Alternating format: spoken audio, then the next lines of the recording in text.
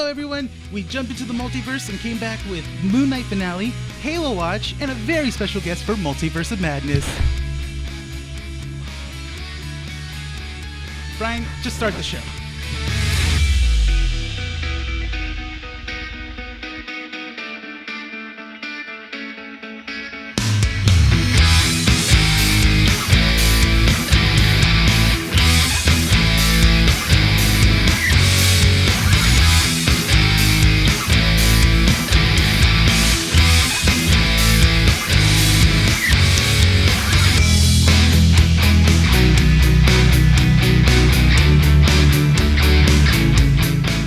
Coming to you from 12920 Philadelphia Street, Whittier, California, in the heart of Uptown Whittier, Keeping Up with the Nerds presents issue 97. My name is Rene. This is Bryan. And Nick. I'm Adam. And welcome to the show, everyone. Yeah! Coming to you at... What time is it? 3:15 I don't want to go look at the time right now. So, 3:15, that means... Same here. Adam! From Our Real Addictions. Welcome to the show, man. I mean, technically, you're a part of our crew now because you are a part of the Nerds Network. Mm-hmm. And slowly... slowly absorbing yourself more. You and Miguel, right? Yes, it's been fun. We got a lot of more exciting stuff. It's been fun? It's been fun. Peace out, guys. It's been fun, this is my 2-week notice episode. Yeah. Issue 99, I'm peacing out, guys. Yeah, the rough thing was when Miguel had to tell you that you were fired. That was the shocker to me. When Miguel took over and he was just like, hostile takeover. Exactly. Because I signed the checks. So I was like, where was that coming from? The weirder thing was when Miguel got the gun out of the laptop. Yeah. He was just out of the screen, was just sign the papers. Yeah. I was like, you can't do this to me. How is this happening? You know how much I sacrificed? Exactly. Gentlemen, real quick reminders, gentlemen. I'm gonna ease it back just a second, okay? So we got new camera orientations. We're still trying to figure out a 4-man show here, so bear with us. It's hard, Yeah. So your guys' camera is down that way. So wave to that camera over there, you ladies or Mr. Gentleman over there, and Nick and I, we're gonna be looking at this camera right over here. What? Oh. Yeah. It's 3 a.m. It's 3 We're gonna try to make this work. We got this, all right? No, I believe when it's in 3 a.m. and you're tired, don't chug a ghost. You need to stop chugging things, dude. Never. All right, so to kick off, oh my God, dude. Announcements per usual. Our Real Addiction came out with a Star Wars episode on May 5th, on Revenge of the 5th. Yeah. Yes. Yeah, and you guys talked about what exactly? We basically ranked every single Star Wars movie that there is. We didn't include the shows just because I feel like that would have just got a lot messier. Mm-hmm. But yeah, we ranked every single episode or movie. You know, it's funny. My one of my buddies, he got on. I was talking to him yesterday, and I go, "Hey man, how'd you spend your May the 4th?" And he goes, "So he was talking to his girlfriend, and she goes, let's watch Rise of Skywalker. We never watched it. Let's just check it out." And he goes, "All right, I'm down." And then he goes, "I should have just watched Phantom Menace and called it a night." That's not much better. But we'll find out. If people want to know how you guys rank the Star Wars movies, go check out Our Real Addiction on any platform you guys can find podcasts on, right? Exactly, yes. Yeah. So, and if you guys are feeling generous, please go rate them 5 stars on Spotify, because you can actually rate podcasts now on there. Yeah. And Apple Podcasts. So go check them out, guys. You guys are also going to be doing a Doctor Strange episode on Our Real Addiction. Yes. And we're going to open up some multi-dimensional portals to have special guests on your show as well, right? Yeah. We're going to be seeing Rene. Are we announcing that? Yeah, why not? Okay, we're going to be seeing... I'm just finding out now. It's already... Congratulations. That's my replacement. So here's what's going to happen, Rene. We're going to open up... What happened was that when we were going through it, we were like, okay, we got to get... Rene and Adam kind of look alike. So nobody will notice. No beard. Nobody will know. Well, I don't have a beard. No. Not yet. All we have to say is that Adam grew a beard. That's it. In 2 weeks. And we're fine. So this is the variant that doesn't have a beard, and then this one does have a beard. Yeah. So Yes. but you can't so also I'm the have better paradox. one. That's how you He see is it. a It's fine. superior variant. Superior nerd, and Yeah. then what do you call yourself? 616. We don't have an actual nickname. Early on it was the Cinema Bros, but Oh, really? we've The cinema dropped it. universe. The Yeah. Cine universe. That's the universe that the name went forward. And and became something. All right. Really hit him in the nuts on that one. Jeez. To wrap up the announcement, guys, because we do have a lot to talk about. This movie is massive in terms of possibilities and discussions. Halo, right? So, yeah. yeah. No, we're not discussing that yet. That is something we're gonna just blaze through. Guys, go check out. I'm trying to plug in our website, Nick. Calm down, boys. Jesus Christ. And Calm then- down, Nick. All right. Oh, I was like, you looked at me like, wait, are you calling me Nick? Ladies and gentlemen, go check out keepingupwiththenerds.com for all the up-to-date information, new articles. Hayden just came out with a new one. Should be published to, I think, earlier this week, if not sometime later this week as this issue comes out. But Hayden has reviewed another horror film. Go check it out, keepingupwiththenerds.com. If you guys want to see what movie he's talking about, go check it out. Follow our socials as well. Keeping with the Nerds on Instagram and keeping it nerd or something like that on Twitter. Keeping it nerd on Twitter. Keeping Up with the Nerds on Twitter and Instagram. Also follow us on Facebook. Guys, go check out Adam and Miguel's Instagram as well. Our Real Addictions for all future announcements as well, to figure out when those episodes are coming out. And we are working on a couple things for Our Real Addiction and Keeping Up with the Nerds coming up in the next month. Yes. So it's going to be a pretty big ordeal, ladies and gentlemen. We are hard at work. That's why we're up at 3 a.m. This is the grind right here. This is the grind. This is it. Yeah, we had a Wrong camera. No, I'm looking outside. I'm checking on them. I'm like, this is the grind. He's not. This is it, guys. What's he pointing at over there? And so when Bryan asked you, so do you want to be a star? Like, what was your answer? Oh God, please don't, dude. I know where this is leading. I said no couches. No couches. I'm gonna leave it at that. Can we get on to a worse topic? Because we need to get through this. Yeah. Hey, It's bro. expected at this point, okay? Yeah, So we're going to do Halo Watch, jump into Moon Knight Watch. You've seen Moon Knight. I haven't. I'm on Then what are you episode doing 3. here? Get out. Get out. I'm just I here. know. What are you doing? I'm just here for Doctor There's so many movies out. Oh, but we've all kept up. So what's your excuse? Because I work 2 jobs. All right. I work 2 jobs too. All right. Bryan yells at us. I yell at Miguel. No, I'm just kidding.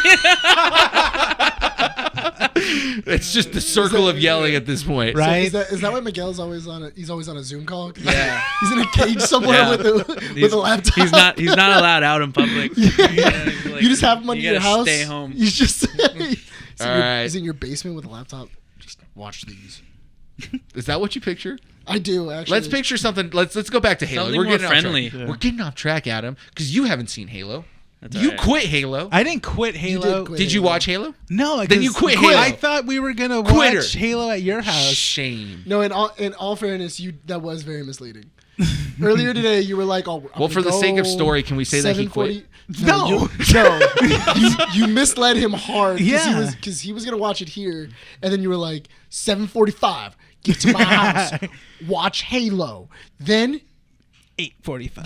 8:45 we watch Moon Knight. Then Can we push it to 9:15? can we push it to 9:15? Yeah. And then Renee's like, "Well, I already closed up, so I guess I'm getting dinner." For the sake of story, Rene quit Halo. I thought we all got one chance at it. Yeah, you do. That's why. So you get shamed There we for go. about 5 seconds, but you extended it because you wanted to have an So excuse. the thing that like we in my all- high school. So the thing that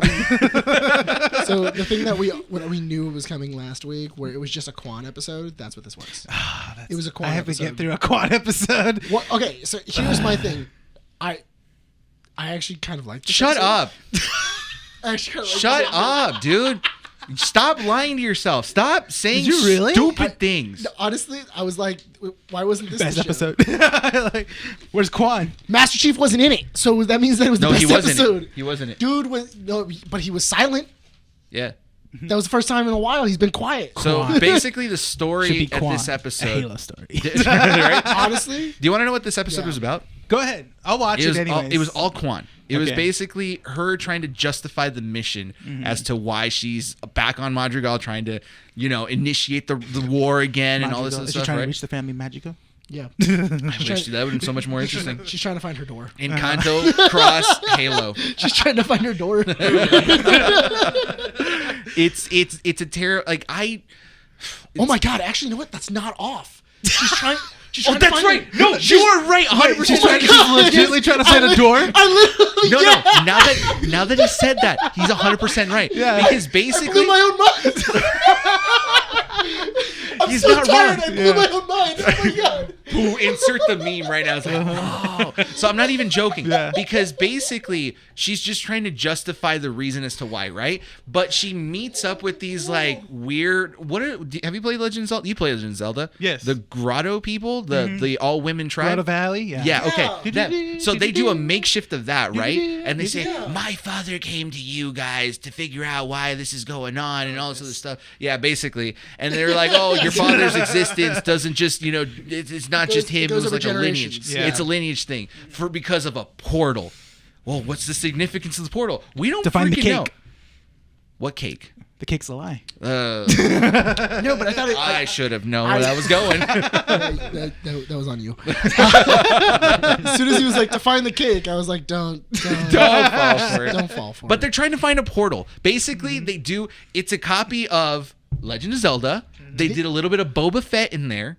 It was It was a little Mando. It was kind of Mando-esque, where Dude, it was like they had a bounty hunter Instead- / pirate that was protecting somebody who couldn't Instead protect of themselves. a weird lizard going into the nose, it was fire that turned into water that she drank, and then she had weird illusions. But the dream sequence was her having to fight Master Chief. Why? We don't know. There's room. There's for their amusement. basically because she was trying to take on Master Chief. Like, oh, here's a chain, go kick his ass. Didn't happen. Here's a rock, kick his ass. Didn't do Only anything. take what you need. You want a knife? Here, take the knife. Do something with the knife. Nothing. And you know what's interesting? You remember that guy? There's a gun. There's a gun. Oh, yeah. Do something with the gun. And then she shoots him like 6 I times. would have laughed if she looked at the gun and just threw it. I would have had At so that much point, it would've been amusement for good. that. That No, would have been you cool. know who else was in that dream sequence? A character she's never met. Really? Yeah, the guy that's like the weird guy that Master Chief met, right? Yeah, never met. They've never interacted. Oh, the guy that was like the prophecy. I think Yeah, I yeah. think she was in the same room, but there's no real significance as to why he would have been. He in would that be dream. there, yeah. Yeah, exactly. Because it's like, now that I think about it, she was in that room. She when he was around, discussing. but yes, I think that will probably be explained later. but there's like- no significance as to why he was the one that was initiating and telling her you have to fight the Master Chief. She basically dies like 4 or 5 times in the fight, right? And then was she wakes awesome. up and she's like, It was oh, great. like it gets punched and that's it, right? And then she realizes I shouldn't fight him.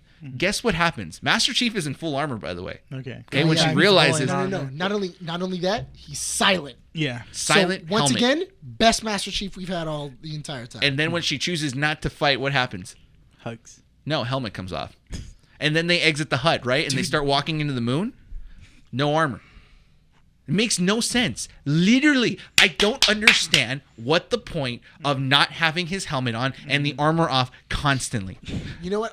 Honestly, I think at that point, if they're just gonna keep taking it on and off, like make it a device. Like just make it a device of like it's a wristband or something like that, and he can do like Power Ranger stuff. Like honestly, at that Yeah. point of it, it just keeps coming on and off because Just do Black Panther. Just like no, because at least like have a The necklace. Black Yeah. Panther dream sequence was so much better. Because theoretically, that means that she waited there for 30 minutes to wait for him to take his armor off, in order to go further into this dream sequence. Oh God. So they talk about the portal. We don't know what the portal is. She decides to go back to the colony that she came from, right? Hold on. She then meets all of her ancestors. That's true. Avatar style. Yeah, she meets all of. Oh, you've never seen Avatar? Yeah. Hold on. In all fairness, that was actually a really cool shot. That was kind of a cool shot. You have to admit. Yeah, it's fine, but I'm not going to give it credit. It's a cool. No, because it's one family member, and then as they walk forward, they turn it into like kind of like a ghostly figure of themselves. Oh, okay. They and then the forced next ghost. They forced ghost it. And then it's kind of like a chain of predecessors of like protectors of like this portal, and they're basically saying, "Oh, don't worry, Chief will be here because you're gonna have to show him the way through the portal." The last like 15 minutes, 20 minutes of the episode is her going back to the colony, and then Venture finally uses satellite imagery to find out where she is, which he could have used at any point, which was so stupid. Wow. That initiates what's his name, Soren, because he basically went back and was like putting a bunch of lies. There's like a mini story that doesn't really matter revolving him and his like pirates and stuff. He goes back, basically says, I promised John I should protect you, so I'm gonna keep to it and stuff. And I was like, cool. So you basically have a heart. That was the entire like mini story that you said, you know. Hey, also, is it just me or does his arm looks really off? His like, arm, like, his I get arm that has never looked good. It looks like prosthetic. I know it's supposed to be like he has like a torn up arm. I get that. Yeah. It doesn't look natural. But it doesn't look like okay. I thought it was a growth. Yeah. I thought it was a growth, like a like tumor or something. Like Winter Soldier's metal arm looks more realistic than this dude's arm with scars on it. Like yeah, that was the hard thing where I was like, it was supposed to be like an arm where it's like he got some sort of like scarring. It looks like either fire or electricity. It looks like it looks like he might have been set on fire or something like maybe that. a grenade exploded on him. I don't know. Look, we gotta go through this because we still gotta talk about Moon Knight. Basically, there's a giant fight where Venture's henchmen are there and they're trying to like find her.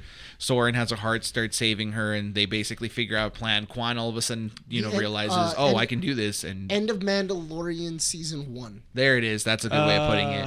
Okay. Where they're all in that one building, and then like all the stormtroopers are going, and then Moff Gideon's outside. Literally exactly the same scene, just not as cool and with less money. Yeah, I can see the writer just like making that part for her, the Quan episode, and just like his kids watching Mandalorian. Oh, I should totally do this. Like, I just wrote what just happened. Copy what you know. The episode felt bland. It felt, honestly, if we can get rid of Quan after this episode, then the episode is the best episode of the series. Okay, so here was the reason why I was saying I kind of liked it. Shut up. The only reason I kind of liked it was because, for one, it's two characters that we don't know anything about.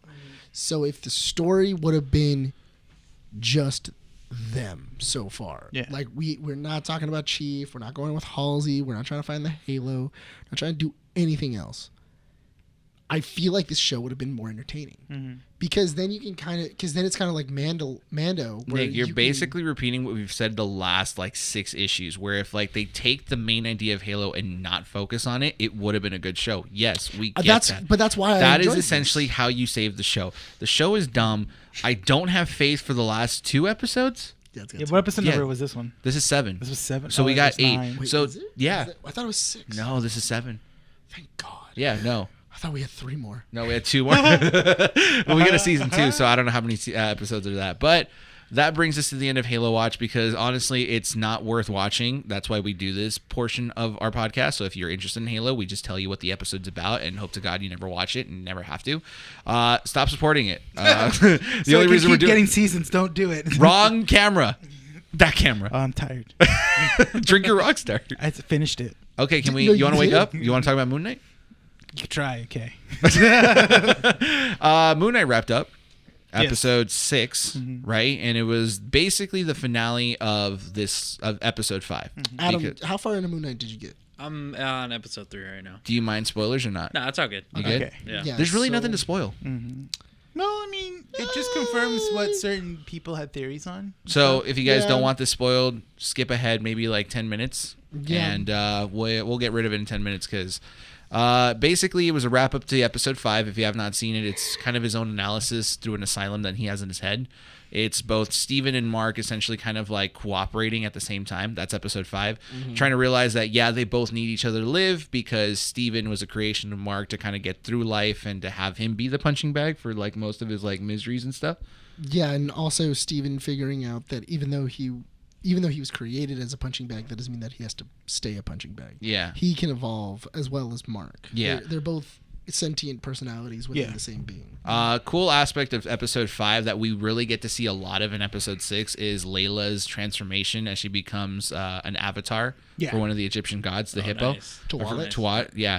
So she actually gets the wings and the cool costume and everything. Really great. We actually see her in action. I thought that was interesting that she got wings and stuff like that, and I was like, "Oh, what does that have to do with the hippo?" I mean, it's badass. I mean, no, same here. Yeah, I was actually thinking the same thing. I'm like, "Oh, that's cool."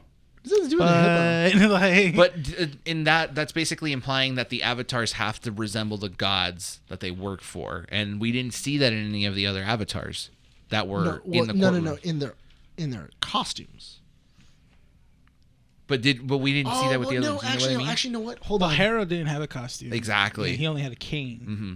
That was his costume. Well, Harrow had a cane with a crocodile. No, what? Never mind. Because technically with I totally forgot about Egyptian mythology, because then you also have the golden bird that takes them to the afterlife, and she is the chairman of the... Okay, never mind. No, there's a lot of... No one blames you for that, because Egyptian mythology is a very difficult thing to understand. It's a lot more... I wouldn't say it's a lot more in-depth than like Greek or Nordic mythology, but it's one that's not as advertised, or it's not as out there. It's not as, like you said, advertised, where it's like Norwegian or either... Also, what is it? Like Greek mythology. It's not used a lot. It's not used a lot. Assassin's, in mediums. Yeah, Assassin's Creed Origins was like one of the big ones that kind of like referenced it in terms of like video game stuff. Yeah, I'm not going to lie. Prince of Persia. Yeah, I'm not going to lie. It was really funny, because as soon as I watched Moon Knight and it finished, Disney Plus popped up because it has National Geographic, and it goes, "Do you want to find the lost tomb of so-and-so?" And I'm like, yes. It's honestly interesting. it's interesting because I do feel like Moon Knight did bring out that kind of interest of like wanting to know more about Egyptian mythology, now that they do reference a lot of different things. And they do kind of like make a little note of it where they say like, yeah, it's not really a mythology or a religion that most people follow. They say that in like episode 4. Yeah. Because a lot of the gods there's like, yeah, no one believes in us, so we're just kind of hiding. It doesn't really matter. I heard from... No, it's not like the biggest gripe, but I hear one gripe was the whole representation of Jewish culture during episode 5, where he goes to his mother's Shiva. Oh. That it was just kind of like they didn't I shouldn't say thoroughly explain, but they didn't like get into it. I mean, should they have?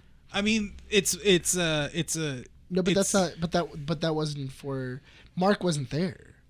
Yeah. So how exactly? But they showed the brother Shiva. The brother Shiva, and that could have been an opportunity to kind of like show more of it. Like, but they did. They showed. It was more of a background. Like, yeah, no, but I feel like that's nitpicking, because they did stay pretty close to a Shiva where like they covered up the mirrors. They, what was it? It was all about like, this isn't about you. It's about the people that you've lost. They used some elements and everything else. The important thing was his religion wasn't as important as the fact that his brother had died. And I feel like people you're focusing on the wrong thing. Yeah, I mean, people are going to argue representation, because we even said that there was a little bit of representation, and you'll see this. I don't know how you feel. Like, let us know when you actually watch the episode. Okay. Halfway through the episode, Layla's assisting Mark and Steven, because now they're fighting in unison. They're switching back and forth and doing their own like kind of fighting styles to get things going. Layla blocks something, a car, and basically saves this girl's life. And she says, "Are you an Egyptian superhero?" And like we all looked at each other, as like, that is kind of a little bit forced. Like, I get it, because she technically is one of the first Egyptian superheroes in the MCU. That's also a woman, which is great representation. But it's kind of like, really heavy-handed. Yeah, it's like, we know you don't need to say it, because it's kind of like, now you're forcing it. And there's nothing wrong with that. It's just kind of like, don't treat your audience as stupid. We can visually see it, What we were saying is like, easy way that you could have just changed that is just cut the Egyptian part. Like, are you a superhero? Obviously she's Egyptian. All you needed to say was, "Are you a superhero?" And then she would have been like, "Yeah," and then moved on. Exactly. And that's it, because sometimes The only problem is that people they get mad because then you mention Egyptian. You're wrong. You're damned if you do, damned if you don't. Yeah. Exactly. There's no way of winning, but yeah. There's not. So it's less cringe. Yeah, that's the thing. Without the Egyptian, part. Yeah. So happy ending. Basically, Amit's reign stops and she gets pushed into Harrow's wow, body. dude, spoiler. Oh, I'm sorry. Watch it. Dang. Yeah, what are you gonna do? Watch it. Cry? I'm gonna do what please. Jake Lockley did to Harrow. Put 2 in the dome. Yeah, exactly. So the end credit, which is interesting because I don't know if you've heard about the controversy that's kind of happening with Moon Knight, where they switched it supposedly because it's submitted to the Emmys as a limited series and it got into that nomination spot. Yeah, they tweeted out season finale. When they say season finale, technically it's implying there's a season 2. Yeah. So now there's controversy because they might be pulling out its nomination, disqualifying it because it's not a limited series anymore, right? So there's a couple interviews that came out where Oscar Isaac and Ethan Hawke and the director have said, we don't want to push for season 2. I feel like this series ended well the way it did, right? Why are they talking to Ethan Hawke? He has no... I mean, yeah, he's basically... Don't talk to Ethan Hawke. He doesn't know. It's funny. I don't know if they did. I might take that back. I don't think they talked to Ethan Hawke. They did talk to Oscar Isaac, though. But the thing is that it's funny how they talk to the actors, thinking that they know everything. Dude, they don't know anything. They don't know anything. Yeah. But even they're not the producers. Yeah. If they get the call, they're going to show up. Exactly. Well, that's maybe Depending different on because... but it also depends on their contracts. Yeah, because Oscar Isaac is a movie tier actor. And so, again, we've talked about this. Movie production is a lot more quicker pace. Yeah. TV stuff is more long enduring. And that means they have to cut off their movies if they actually have the problem is he already slid his hand. He already shook hands with the mouse. It's over. He belongs to the mouse. He did the blood oath. Yeah. His blood is already the mouse's. So he was in Star Wars. Now he's in Marvel. His soul's gone. Yeah. So Disney owns it. The director also said that there was supposed to be a cameo at the beginning of the series and at the end. We didn't see that. But the end credit did happen where Harrow is in an asylum, a real asylum this time, right? And he's being wheeled out by someone, gets into a limo, Rolls-Royce limo, and what's his name? Also, everybody inside of Khonshu. Thank you. Everybody in the what was it? Inside of the asylum that would like be security wise dead. Yeah. Like everybody's just dead. Yeah, murdered essentially. Murdered. Okay. Khonshu's in the limo, and you're kind of like weirded out by it. It was an easy read. You could have told like halfway towards like in episode 6 what was going to happen. And he's like, oh, yeah, because essentially Mark and Steven are released by Khonshu, right? Yeah. And so he's like, what are you going to do? You can't kill me. That's what Harrow says. And Harrow's like, or Khonshu is like, yeah, I don't have to worry about it because I got someone else. Window lowers down. It's Jake Lockley. The third one. The third one. Yeah. That was teased throughout the whole thing. Shoots him. They drive off. Series ends. Yeah. And that's it. Yeah. I'm going to say this. Moon Knight is a refreshing series because it really does pull away from the MCU, which is really unique. It doesn't connect to anything. We got a couple mentions here and there, but it's very unique. And I really appreciated that kind of like, you don't really need to rely on anything else to watch it. You can just enjoy it for what it is. Yeah. Did you enjoy the series so far or no? Yeah, definitely. Yeah, sorry. No, you're good. You're good. I'm telling him to check the camera. So far, yeah, I think it's cool because it tackles like the mental health, which is really big right now. Obviously, the fact that it's not a well-known, I don't want to say religion, but the mythology. Yeah, the mythology of Greek mythology and Egyptian. Yeah, or sorry, yeah, Egyptian. It's always been fascinating. Like I think no matter what, it's like Egyptian mythology, but also I mean Greek mythology. It's interesting because especially since Egyptians got taken over by Alexander the Great. And all mythologies share some common they share some entities. They all kind of intermingle with each other. So interesting. They all existed at the same time because I don't know if you've seen like the Northman. Yeah. No, he has it though. Okay, so like there's mentions of because that's Greek mythology in that film, and there's like mentions of like Christianity in there and how they're at war. They're Nordic. They're Nordic. Yeah. Which is funny that you mentioned that because in Moon Knight they find the tomb. Khonshu's original avatar was Alexander the Great, who was I actually Greek. Was he Greek or Roman? It was Greek. He's Greek. Greek. That's right. I do love the idea because there's a scene in the Northman where there's like a disfigurement of bodies. And they were like, obviously, it's the Christians that did this. Yeah. And they were like, what? Why do you think the Christians did it? And they were like, they praise a dead body on wood, like hanging from a tree. Obviously, they're sadistic enough to do this, and I was like, yeah, if you were from a different religion back then, like that would be crazy. Yeah. Like that'd be wild. Of just like, yeah, it's a dead dude in a tree.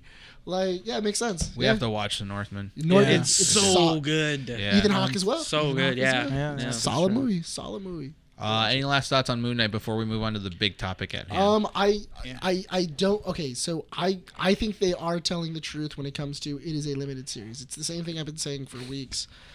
I don't think that it's going to be considered Moon Knight. I'm assuming he's going to partner up with Layla or something else, or it's going to be, a Jake Lockley story or whatever, and they'll change the title. Mm-hmm. And then technically you get out of that little loophole of, call it Marvel Knights, call it like the Egyptians. I don't know. They really wrote themselves in a way where it's like they don't have to reuse him in any project. They can literally just end it, and Moon Knight never has to appear in another property again. True. Because they mentioned Egyptian mythology isn't necessarily spoken about, so he can kind of work in the shadows. He doesn't have to appear in any other property. Yeah. Jake Lockley kind of rides out into the sunset, and that's it pretty much, right? Yeah, basically. Yeah, and they just basically killed a god Amet. And that's kind of the end of it. It could be its own miniseries, and we don't ever have to reference it again, right? So I completely agree. You have last thoughts? I guess for me personally, it's just it didn't feel satisfying as a whole. Okay. For me, as the ending, where it just kind of ends where Mark and Steven are in the house, yeah, in their apartment again, and that's it. And just kind of done. That's it. And I'm like, I would have liked at least, You were wrong, by the way. You said you wanted a longer episode, that you expected it to be about an hour long. I wanted it to be long because you would wrap up a good amount of, the story and characters. But it was 44 minutes. Yeah. Well, the part that me and you agreed on, where we didn't like, I know you liked it, was because there's a final fight. Yeah, that's right. There's a final fight. And it's Harrow fighting Mark and Steven, and Harrow is winning. Harrow's winning. Amet is defeating Khonshu. They're losing. Everything's basically going wrong. As Harrow's standing over him, his head snaps back. He changes personalities into what we now know as Jake Lockley. And it just skips. It skips like at least a good 15 to 20 minutes. He transitions. Yeah, he transitions into Jake Lockley and then immediately back into Mark. And then Mark is like holding his broken spear over his head, and Harrow is already knocked out. You see all of his men dead. You see all this stuff. Yeah. It would be interesting if they did film that and they just used those assets in another series. That'd be interesting, right? No, that's fine. Have it as flashback. Have it as whatever. Mm-hmm. But the problem is that for this show, it feels like the climax was incomplete. They cheated the climax. Yeah, and what it felt like is it was a budgetary reason of we've been traveling the world. Now we have a end climax. We're doing all these other things. We have a big CGI guys, we're out of money. Yeah. Big CGI thing. We have two giant freaking gods fighting. We broke the pyramid of Giza, the pyramid of Giza. We broke it. We got to repair it. So there's the money that we need to invest in that. Yeah, it makes sense. It was one of those things of like, because it was just so they just win. Like it wasn't like this like overwhelming moment. It wasn't this like, oh, he was able to like conquer his demons and he was able to triumph over the villain. It just happened. I think it was episode 5 that cost them a lot of money because they had to transition from the underworld and then go to the memories back and forth, constantly going back and forth, it's a lot of it's a lot of like, it was a combination of a lot of stuff. But I mean, in all fairness, I feel like that was like maybe 4 sets. Mm-hmm. Give or take. Yeah. Not to mention you're using the CGI in the underworld as well too. Yeah, it's a lot. Yeah. You gonna keep watching it? Oh yeah, of course. Yeah. It's interesting. It's pretty interesting. Obviously, I'm enjoying it. I just didn't get to it. You know what? For the DC the Marvel television shows, where would you place it? Definitely higher than Falcon and Winter. I will agree with you there. Yeah, definitely higher than that. I think for me, it's below at least Loki because I still like Loki. Loki, I would say it's higher than WandaVision because at least it left me satisfied after every 2 episodes. Because that's the thing that we were kind of talking about. Oh, that's right. Yeah, because each episode's like a 2-episode arc. Exactly. Yeah. It's like, okay, because that was an interesting thing. I don't know if you heard the director say like every 2 episodes can be treated as its own movie. Yeah, so if you watch 1, 2, that's a movie. 2, 3, or 3, 4 is a movie, and then 5, 6 is a movie. It's interesting. So for me, it's Loki. Then probably this. I definitely like this more than Hawkeye. Hawkeye was weird. Hawkeye had like 1 or 2 good episodes. Yeah. And that was it. Hawkeye is probably the least one for me, followed by Falcon Winter, then Moon Knight, then WandaVision, then Moon Knight, then Loki. Yeah. I agree with you. All right. Did we get on to the main topic? Yeah, I can't wait to hear what Adam has to say about Moon Knight later. You do have to write a review for the website. Yeah, definitely. Go. I'll be done with it probably within the next day or so. You better. It's expected as an employee of Homework. Keeping Up with the Nerds. Yeah, It's your homework. I need that final check signed. Dang. All right, ladies and gentlemen, the topic of today: Doctor Strange and the Multiverse of Madness. Did we like it? I thoroughly liked it. Should we give a short summary before we actually get into the conversation? I don't know. Really quick. By this point, the movie has been out for Thank you. a little less than a week. Yeah. A little less. By tomorrow, it will be out for a full week. So if you have not seen it, Yes. If you have not seen it, spoiler alert. yes. We're going to talk about everything. We're going to get into, what happens in the movie. If anything happens in this movie, whether it be craziness in the multiverse or, people showing up that you weren't expecting, we're going to talk about it. And we're going to talk about the end credit scene. So if you have not seen this movie, pause this, go check out the movie, go to your local movie theater, grab a friend, go by yourself. I don't care how you do it. Be an A-Stubs member. Yeah, be a Stubs member. Worth it. Yeah. You have it? Yeah. Oh yeah. I've had it for like 3 years. We got to add you into the entourage. But anyway, pause this for right now. Go check the movie out. Once you're done, come back. This is your last warning. We're gonna get into spoilers. Bryan, Psych, go this ahead. is your last warning. Yeah, Bryan, go ahead. All right, so summary. Can you double check the camera real quick? Make sure it's all good. Okay, perfect. Summary of Doctor Strange. Essentially, how did this movie start? Oh, one of the Doctor Stranges It's from Defender a different year. Strange. It's Defender Strange is basically running to get to the book of, what is it called again? I don't remember. I got you. Thank you. So it's basically America Chavez and Doctor Strange, Defender Strange, running through to get a book being chased by demons, right? Essentially, he's trying to protect America Chavez. There's an evil entity after them. Evil entity demon. And we don't know why exactly American Chavez is being chased. All we know is that the demon wants to essentially take the powers that American Chavez has. On the marketing of this movie, did we know the villain right offhand, or did we kind just of assume, and kind of not? Did we assume it was just another multiverse villain coming after? No, because remember we had said earlier that we thought it could be Wanda. It could be something taking over Wanda. Yeah. Remember we also said that it was the Darkhold as well. That the Darkhold had taken over her and she was being possessed. Yeah. There were multiple things. They played on scenes. They played on scenes, a lot of it. I feel In like the this is one trailers. of the movies that really played on its scenes in the trailer, because a lot of the stuff that was in the trailer was like all over the place. Yeah. It didn't really connect into the movie. Specifically, the part where Doctor Strange goes to to Wanda for assistance, right? And we see that transition from the orchards, the beautiful greenery and everything, into that kind of like dark, torn up, chaos magic orchard stuff that we saw in the trailer. So that ended up being because Wanda was being controlled by the Darkhold. And essentially, she was the one going after America Chavez at the beginning of the movie. Yeah, there was treated as a reveal of it was our Wanda going after her. Exactly. 616 Wanda. Oh, okay, we'll get to that. Did you find the book? What is it called? No, I'm still looking. Do you know what the book is called? It starts with a V. The anti-heart Darkhold. The anti. That's honestly they should have just called that At that point, Darkhold, they named it something different. So we find out that the bright hold. So we find out that Wanda is the one going after America Chavez, Yes. and she basically threatens him. Yeah, after sundown to give her up because I want the Book powers. of Ashanti. Book of Ashanti. That's what it is. Got you. My God, man, this is how tired we are. Know what the worst part was? What? I was looking here, And it was right and there it in was the all the corner. way up here Highlighted. highlighted. Yeah. I was like, oh, where is it? And then now that I'm looking at it, it was mentioned like 3 times. Wanda goes after him. They go into they fight Doctor Strange and Wong. Wanda ends up winning essentially. Yeah. For what? and Wait, what happened? against the fight to get America Chavez. Oh, right. At Yeah. the temple. Yeah. At the temple. Yeah. America Chavez, we find out, can't control her powers, so they get launched into a different universe. Only Doctor Strange and America Chavez, and they get launched into the universe that contains the Illuminati that we saw in the trailer, right? Yes. So I'm not going to go into full-on detail because you can watch the movie afterwards, but essentially the Illuminati, and this is heavy spoilers, I am telling you guys right now, final warning.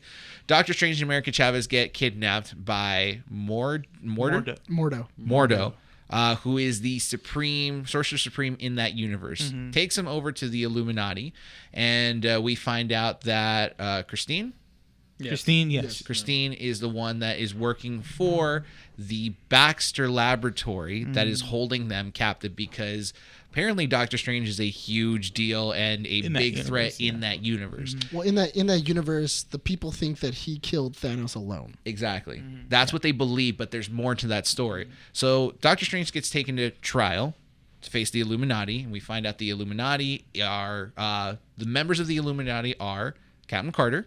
We obviously knew that one off of like some, interpretations off the trailer and stuff. Yes. Captain Marvel, but it's Monica Rambeau's mother. Yes. Who's Maria Rambeau. Black Bolt. King Black Bolt. King Black Bolt. I am sorry. Respect. I am He's sorry. No one cares about the humans, so you're okay. Okay, go. Keep going. Mordo. Mordo. I keep it's an Mordo. R in there, man. Yeah, Mordo. Yeah. He's also there. Surprise, surprise! John Krasinski as Reed Richards. You could tell that Marvel was listening to fans. That Oh, was yeah. perfect casting. Yeah. In And- the last couple of years, they're listening to fans. Yeah. Yeah, it's where they're just so like, great. they're like, who should we cast for this thing? And all the fans go, John Krasinski. And You they're can't like, go back. I don't know. Yeah. No, you cannot go back. They've already made it a thing of this multiverse because we were talking about it and they were like, no, they recognize other Stranges, like this is a Strange and everything else. So that implies everybody looks the same. Yes. So that means if we have a Charles With Xavier, A couple he's exceptions. gonna Yeah, look with like- Spider-Man, I think. Yeah. Yeah. No Way Home. There's a couple But exceptions. that was more of like that was a fan service movie. Like it's like yeah. Okay, so for and plus it's a Yeah. Sony movie.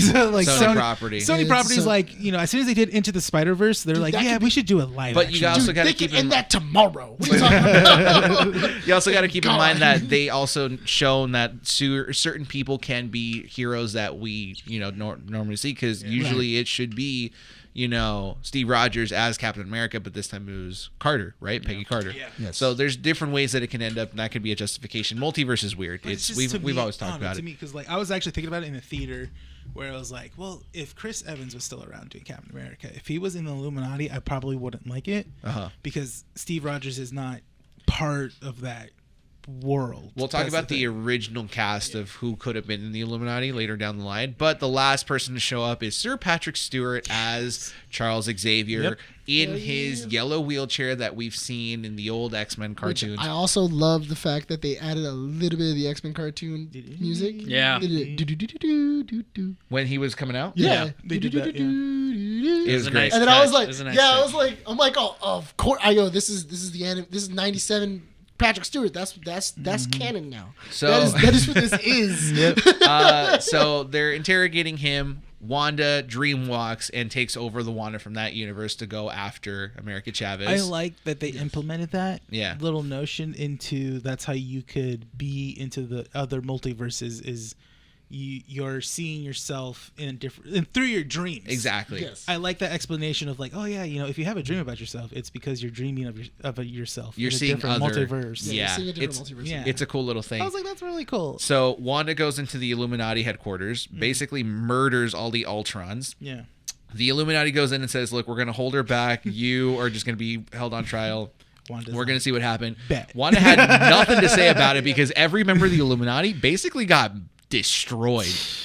King Black Bolt got blown up. I love how that was the first one to go off because he is the strongest. But that's the thing, Yeah. like just like he could just use his mouth to destroy what mouth? What And then he words? realizes, Then he I realizes messed and up. he realizes and then and then accidentally screams Uh-huh. because he's like, what the heck? And then immediately you see his head cave in. They didn't hold back. Yeah. Not one bit. I- These I- murder scenes were hardcore. I thought it was so funny because I told you guys when the movie ended where it was just like, we're never coming back to this universe. Kill them all. Sam Raimi didn't give a crap. He was like, you know what? Sam Raimi dance slotted everyone, essentially. Yeah. He was just like, oh yeah, you got. These are not canon characters. You got Reed Richards and Charles Xavier. Let's murder him. You just got him. I'm gonna take him away. It's honestly, that's a bold move. It to is do a in bold a Marvel move. movie. Yeah. In a Marvel movie to kill off well-known characters that we just got. That we just got introduced. That's the thing. Yeah. And they didn't just kill Reed Richards. They like spaghettified him, and then the head blew up. Dude, that was so cool. Dude, honestly, it was so funny because it's kind of like giving a kid a really cool toy. And then, like, right when you get it, they're like, oh, my God, it's so cool. And then, like, you rip it out of his hand and then you stomp it out. And you just, like, immediately just destroy it in front of him and go, like, oh, you'll get another one in a couple of years. And then you just walk away. An even better one. Right? You'll get You one can't you get can better keep than, later. than John Krasinski. That's true. They messed up there. I know, but it's just like, yeah, you'll get one you can keep later. And you just I know. Oh man, that's so good. I was so happy to see Captain it Carter on gets screen, sliced in half. Maria Rambeau gets crushed, and then Yeah. Charles Xavier basically gets his head turned twice. Yeah. Oh, In yeah. the that dream, whole- in the mind, and in real life. I was watching. You're watching Scarlet Witch take on Captain Marvel, and I'm just watching this. I'm like, yeah, whoever said that Captain Marvel is the strongest Marvel character, yeah, get out of here. Because you obviously don't know what the capability of Scarlet Witch. Done. okay, here was my thing. I don't understand how she died to a statue. That was the one thing that like I didn't. She's supposed to be like indestructible. Hardcore, Yeah. She blasted through a spaceship. Yeah. So that's why when like a statue fell on her, I was like it was like a marble it was a marble statue. It just fell on her, and I was like, she destroyed Thanos. Like Captain Marvel destroyed Thanos' like entire spaceship. Took a headbutt from Thanos. Yeah, took a headbutt from Thanos. But a and marble then went, statue, her greatest weakness. Marvel. Yeah. It's Marble. That's Marvel's why. her greatest After having a weakness. huge boulder be thrown at her. That's true. Yeah. Into the Yeah. ceiling. Yeah, and then like that fell on her, and then she just goes and then dies. I was like, I legitimately went. I think they didn't know how to end this fight, and they were like, This fight could have gone forever. Yeah, like honestly, we can have an entire movie of them just fighting. We're gonna have to end it somehow. Let's just have a statue fall. In all fairness, we don't technically see her die. We just see her hand fall. That's So the maybe thing. she's just knocked out. Yeah. I feel like Sam Raimi had so many more ideas, and Marvel was like, no, like, no. Like, 'cause Hold I on, feel- buddy. Come back. I feel Come back like, a little bit. I feel like he was gonna. I feel like what he wanted to do with Captain Carter was decapitate her, Yeah. and just that. And I feel like they would have been. The Marvel was like, no, we can't No, do that. we We can't. can't do that. No. Could you imagine her head just rolling? Yeah, On the ground. I was and like, then- ooh, or is that gonna happen? Like you just see, just like a quick. It's a quick cut of like you see her head just kind of go like this, and then it's like cut straight to Wanda just walking forward. And that's it. Basically, that could have been a way to do it. Yeah. Honestly, that would have been an interesting way of killing off Captain Carter. So Wanda gets America Chavez in that scene, and Doctor Strange and why do I keep forgetting her name? America Chavez. No, Christine or whatever. Christine Palmer. It's Christine Palmer. See, I remember it because constantly Doctor Strange is yelling out Christine. Christine! Look, man, it's 3 a.m. I'm tired, so that's my excuse. It's 4 in the morning. 4 a.m. So yeah, they capture America Chavez, but as soon as he's about to get the book, basically lays his hands on it. But the book burns. They made a big deal about the book, That's what I don't get. and then the book burns right in front of him. Was it because the page burned out? I So they guess so. can't- It's stupid because No, that's it my was- complaint there. That's one of my It's, complaints. no, it's the energy of the Darkhold shouldn't touch the other book. That's why they're separated. So they both kind of are like foils. But to they each put other. so much emphasis on the book just for it to burn, because after that scene, basically she uses America Chavez's power to push Christine and Doctor Strange into another dimension. Yeah. This one, or another universe. This one specifically where Stephen Strange uses the Darkhold and merges 2 different universes together, and so they're collapsing in on one another. They have this weird fight that's kind of brilliant in its own way because it's like a musical fight. It was very creative. I Yeah. can Yeah. immense that Sam Raimi wanted to do a different type of fight, which And- was interesting because the fight went with the music and it was kind of like choreographed in a cool way. Did you see the page that burned? No. Did you see it real quick? It was a star. It was I a saw star. It was her. It was about America Chavez? It was America Chavez. I figured as much. That was the answer that they were looking for. Is America Chavez. Like the weapon that you needed has been with you the whole time. You just haven't utilized it, and Strange figured that out. So once this version of Doctor Strange essentially dies by getting pierced through a fence, which was a great death scene, by the way. I started laughing. I was like, why did you like? I don't know why. You went, ha! You were like that. Honestly, I just cause like he got pushed out the window, and it was so funny because he was like the full. Yeah, he like, was falling. It was the full like Yeah. fall, and in my head I kind of went like, cast a spell, like Do something. something. Yeah, he is exposed to the Darkholds. You would think that. Yeah, like you know. do something. But Catch the metal yourself. spikes of a fence is Yeah, what no, kills him, you know? That's his catch weakness. yourself. Do something. Yeah. So the kind of wrap up to this, the ending to it is essentially Doctor Strange says, "I'm gonna have to use the Darkhold to be able to dream walk in my universe to basically defeat the Scarlet Witch." To beat the Darkhold, I have to use the Darkhold. So they use the dead body of Defender Strange that he buries at the beginning of the movie to take over and essentially defeat her. There's this whole sequence where it's Zombie Strange fighting Wanda, and Wanda realizes through the power of American Chavez that taking over someone else's universe is not ideal, because she realizes that the kids that she would be taking over would not realize that she is their They don't mother. see her as their mother. They don't. And so she has this kind of like mental breakdown where she says, you know what, I'm gonna have to Very like emotionally strong. it was a good, it was a well shot thing. Which also, that was what Wong and everybody else was trying to tell her for like the longest time. But she of, needed like, to visually see yeah, it, which she was needed, good. She needed And to experience the fact it. that we visually saw it as well was also good, because Yeah. we got that emotional impact, right? So she realizes, I have to close down the Darkhold so no one else can use it. She collapses the tower in on herself, burying her and Defender Strange's body in there. America Chavez is told essentially you could use your powers, you just have to believe in yourself, you know, so on and so forth. The obvious like thing to kind of get someone to believe in themselves to do it. She saves them both. Christine goes back to her universe. Doctor Strange goes back to his. She also destroys the Darkhold in every universe. Exactly. Every universe basically gone. Happy ending. Wong and Doctor Strange go back to their places. America basically tells Doctor Strange, thanks for everything, bud. Thanks for believing in me. She also becomes a sorcerer. She becomes a sorcerer, and Doctor Strange walks out of the Satan Sanctorium and has a mental breakdown, and then a third eye opens, realizing, holy crap, the Darkhold is still somehow inside of him. Yeah. End credits roll.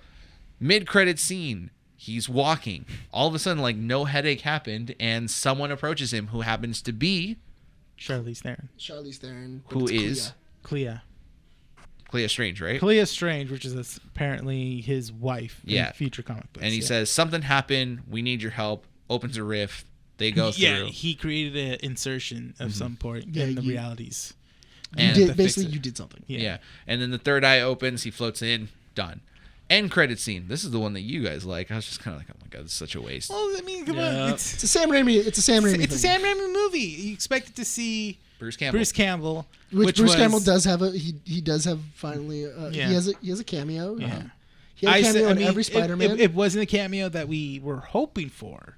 It was a good enough. But it was good enough to funny. like Sam Raimi was like, you know what, I'm gonna put you in. I'm gonna just do it this way. I'm not gonna lie. Yeah. I'm not gonna lie. I was really hoping that he was gonna be like their Strange, like the Strange that died. Yeah. I was really hoping that was gonna be Bruce That's Campbell. too That much. would have been. That's a little Dude, too you much. know how hilarious that would have been? I would have like. I think someone else. It was you or you. We talked about it a couple of weeks ago or last week, where it's like it's a guy dressed up as Doctor Strange for parties. Oh, yeah, that would've been funny, that would have been too. funny. Like he goes like, "You want to see some magic, guys?" Ha! He's like Doing the balloon tricks. Yeah, like balloon tricks. Yeah, like that would But be funny too. no, it was still funny. He was was a Papa Pizza or something. Papa Pizza. He was. Papa Pizza? He served pizza balls in a bowl or something like It's that. interesting. Where food is free. Yeah, Supposedly. Yeah, supposedly every. I don't think food's free in every universe. I think she just steals it before people find out. And so, I actually did. It was an interesting point that they made though. So Strange didn't keep himself out of the spell because he wasn't sure about Spider-Man. He had a lot of questions about Spider-Man, and because he mentioned we dealt with multiversal problems. We dealt with one a couple of months ago with Spider-Man. yeah. She was like, "Who's Spider-Man?" And then he But he didn't say the name. No, because he doesn't know. It's very vague. But he doesn't know. But he doesn't know a lot about Spider-Man. But that either. spell is specifically for his identity, not the events that happen. Yeah. It's to forget Peter Parker. Yeah, Yeah, exactly. so he doesn't know he's Peter Parker. No, Yeah. he doesn't. So that's a little thing that's on there. It was also kind of just like I felt it was like just they just went over it really quick. They did because it's not supposed to. Because that's the thing is, and you know what? This actually leads me to this question: what did you think of the movie? Because you said it just kind of like goes into some certain things and kind of brushes them alongside. It was good. I just felt like it was very underwhelming.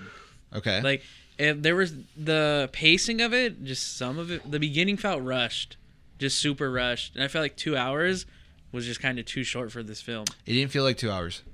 It felt longer because of how much was jam packed Actually, into that short. first hour. It felt short to me. Yeah, I felt Which very is funny. short. My friends said the same thing. The buddies I went to at the film, they're like, "Oh yeah, it felt super short." And I was like, "Dude, I looked at my watch and it was like an hour in. I was like, damn, a lot's happened in this film, like That's already." so weird. Yeah, that's Yeah. why. Cause How long is this movie? 2 hours Like and 6 minutes. yeah. Wow. It's less than 2:10. 126. Oh, okay. 126. One, So it's 1 2 hour, hours. 2 hours and 2 6 hours minutes. and You're 6 right. Oh, yeah. Yeah, you're wow. Sorry. Geez, all right, relax. All right, 2 hours, My 6 bad. minutes. Right. He's like 2 hours. He's like, There's no way. he's like, He's like, What? That's my magic trick. Yeah. 2 hours, 6 minutes, Yeah. 53 seconds. That's Boom. interesting. It was made with a budget of $200 million. Oof. Jeez. It'll make that money back. It's gonna make by, that by the end of the first- week. The weekend. No, the the weekend. first day it's probably gonna Yeah, make that back. Yeah, there's no real worry in that sense, but it's so weird because I think we're all coming out of this movie with different takes. Yeah. Because you say that you felt like it was too long. I think we can all agree that it was underwhelming, but for different reasons, right? So you said, what were you expecting out of it? Honestly, because it's a Doctor Strange movie. So the whole they played on scenes where is Wanda the Vision, the villain, but you can't really believe that, and then it turns out she is the the villain. She's missing her vision. Hey. Yeah. I did think that was also a weird aspect as well of the fact that Vision wasn't in any of these other multiverse sections. I just think it was one of those things of Paul Bettany wasn't available. Probably. Paul Bettany That's was probably- probably, Yeah. I think Paul Bettany just wasn't available, or it's supposed to be after she dies, maybe she was pregnant with the kids after he dies in the case of Thanos. I don't know. So Maybe. were you expecting a lot more? Because you were saying, okay, so you're basing all your thoughts off this trailer, saying that the trailer was giving you these expectations. Yeah. But were you one of those people that believed that this was going to be like an Avengers size event? No, but I felt like there should have been repercussions from Spider-Man into this film. And it didn't feel like there really was. I guess you can say there were because there was multiverses, but the fact that there was just oh yeah, we dealt with Spider-Man and that's it. Whereas, is this based off the whole TVA thing where supposedly when you mess with time and reality and stuff, you're supposed to be punished, but no one really is? Well, he was punished in that film, or he is punished in the film because he gets taken to the Illuminati. But that's not really. But that's in their own separate universe itself. But because the Illuminati is just a group of people coming together to basically stop Strange. It's the TVA is supposed to be involved in events. Oh yeah, because the Illuminati are very pretentious, and they automatically think that they can tell other people how to live their lives. It's weird because Wanda and Doctor Strange are the main characters, and they had obviously majority of the screen time. It just felt like we needed more. I just feel like it wasn't enough of them fleshed out in this film because they just brushed over that Doctor Strange is in pain. Yeah, and he's unhappy. Not only that, but also I noticed that they mention Westview a little bit, but they do not mention it at all. If you had never seen WandaVision, you would be very confused about what happened with Wanda. That's true. Yeah. WandaVision is an essential for this movie. They essentially went she took over a town and that's it. They did not go into all the details of this. Why she's in pain, why she's looking for kids, all this other stuff. Yeah. And her new look, that's another thing too, is that she gets that new look in WandaVision. Yeah, the that's whole, true. Red crown and everything. The Darkhold and how she becomes the Scarlet Witch. Where she takes that title and everything else. I think that's kind of interesting. Because technically they made it sound like Scarlet Witch is gone, that she's dead. They kind of written her off in a way. Where They wrote we're off not going to this see her version. for a while. Yeah. Honestly, I don't think she is because it was the collapse. Yeah. When it collapsed, you saw that there was a red hue that happened. Something happened right when the bricks fell. I'm not sure if that was the destruction of the Darkholds, or if it was Wanda teleporting out and going, "I'm just gonna live my life in seclusion. No one will know where I'm at or anything." Yeah, like that. no, I'm not gonna bother anybody. I'm not gonna do anything else. I have to repent on what exactly I'm doing or anything else, because otherwise you killed off an Avenger very unceremoniously. And there is no there's no funeral, there's nothing else. We're just killing her off like she's any other villain, where it's no, you spent she fought in the Battle of Thanos. She helped Sokovia. She did all these other things. Like, it's... Oh, God. Okay, yeah, keep going. Sorry. So you have all little these other, sidetrack. We have all these other things. So I mean, I feel that Wanda isn't gone. I don't either, and I don't think this version of Wanda's gone either. Okay. Because I feel like this is the moneymaker Wanda. Wanda wasn't cool until WandaVision. So I have a theory on the whole Wanda thing, right? Because remember there was this whole bit where they kept saying that Elizabeth Olsen kind of like took the accent away when WandaVision was going around. Yeah. Like she was more like I guess like English accent, like an appropriate English accent, right? That was explained away because she was doing like the American sitcoms. Yeah, exactly, right? Mm-hmm. But then all of a sudden she starts getting that like accent back, right? Mm-hmm. So to me, the way I interpret it was when she is in that WandaVision aspect, right, in that show, like you said, it's that kind of like make-believe mentality that she has where she is just kind of like being a different version of herself. Yeah. Right there, right? So do I believe this version of Wanda is gone? I kind of want to say yes, because how could you continue her storyline if she's not the Scarlet Witch? One thing that popped up into my head right now is the whole crushing her. Mm-hmm. What if she serves as like the MCU's Phoenix? Like Jean Grey. So in order for you to do that, that would work, and that kind of serves as an explanation to bring in the X-Men, because there's two different ways that we could bring X-Men into this, because the fact that Professor X is in there, right, confirms that mutants exist in some universes. So that means, do mutants exist in the 616 universe that exists in the MCU? Yes, probably. The universe apparently that they went to was the 838. The 838, the one that has the Illuminati. Yes. You say that the X-Men are going to be in the 616 universe. I hate the name. They should not have called it 616. I don't see the big deal with it. Because 616 is comic books. It doesn't matter. To me, it matters. Wasn't it confirmed to be like 16, like 66 with a bunch of sixes at the end? Before? I don't know. They retcon stuff all the time. Yeah. Okay, here's my thing. If you're not a comic book fan, but you're watching the movies, I also watch Rick and Morty, and I know that Rick's thing is Rick and Morty makes him an expert. No. But what I'm saying is that if you're just a common viewer and you know the original version of it is the 616, that's what we always know, is that the original version always 616. Unless they justify that as a placeholder, like every like normal universe that exists is just going to be labeled the 616. Fine, I can live with that. Point being, if they're going to use Wanda's destruction or Scarlet Witch's destruction as a means to bring mutants like they kind of did in House of M, I would be okay with that. I kind of like that as more of a reason to bring in mutants than your version, Nick, where it's like the Infinity Stones radiation is what causes the X-Men to exist because it mutates the genetics. It just seems kind of weak because you would essentially need to have the Infinity Stones be in a large populated area to infect people to get them to become mutants. You mean like wiping the entire planet with... So you're talking about 50% of the people that got blipped come back as mutants. No, I mean, when he snapped... Stop doing that. Sorry. When he snapped... I snapped. No, when he snapped, Rocket specifically says when he snapped, radiation covered the planet. Yeah. And it covered every single planet all over the galaxy. Okay.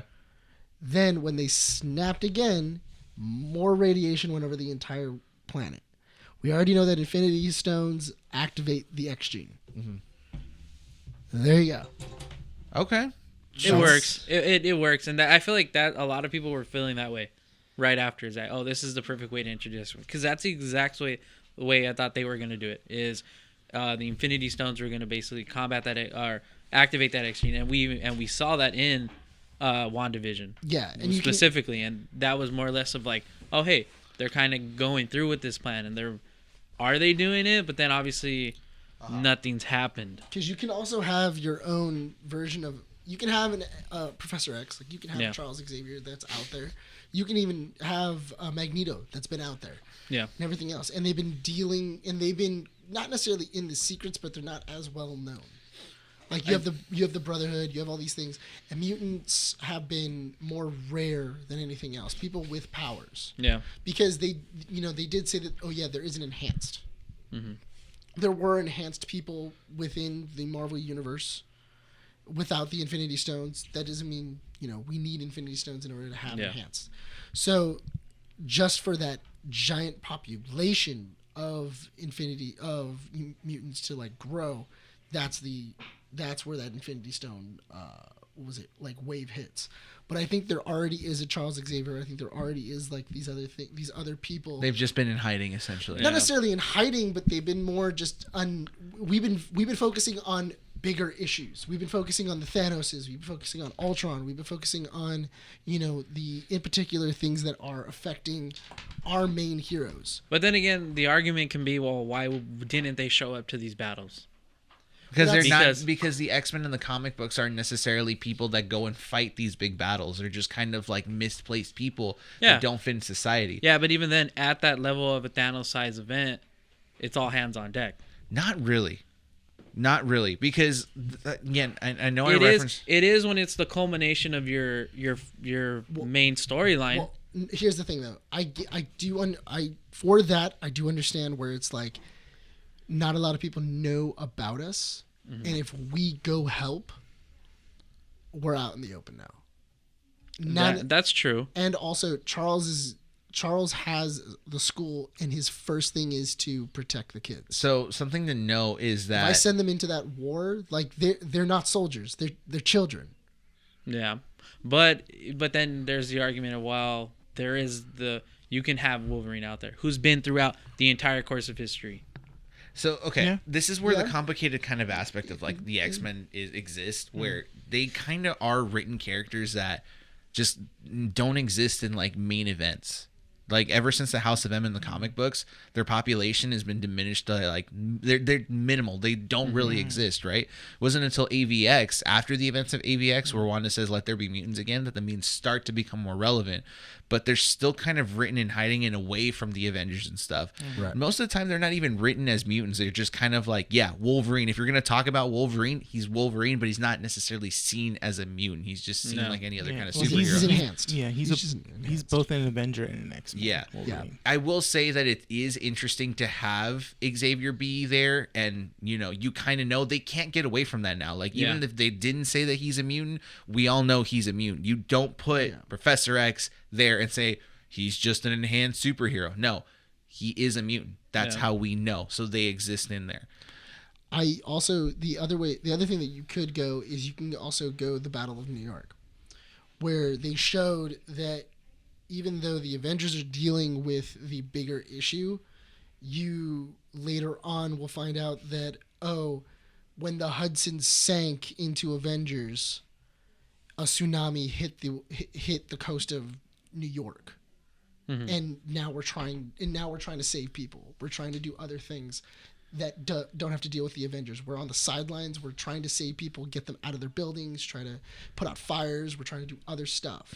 Which I can agree like Avengers was the first film to the exposure of the characters. Yeah, and then we saw it how these characters are now it's not that they're not superheroes, but in the MCU, those first couple phases, they are more like celebrities. Yes. Then they're the whole superhero aspect doesn't exceed them. That exceeds them into creating celebrities. To go with that point, you also have to see it how it's been developed, like how it's developed over time. You said it, right? Like in phase 1, pre-Avengers, they're all celebrities. They're all seen as like, oh my God, this is great. They've got trading cards. People want their autographs. They're wearing their masks, all these different things, right? And as we continue on post Endgame, people are kind of used to the fact that these things happen throughout their lives.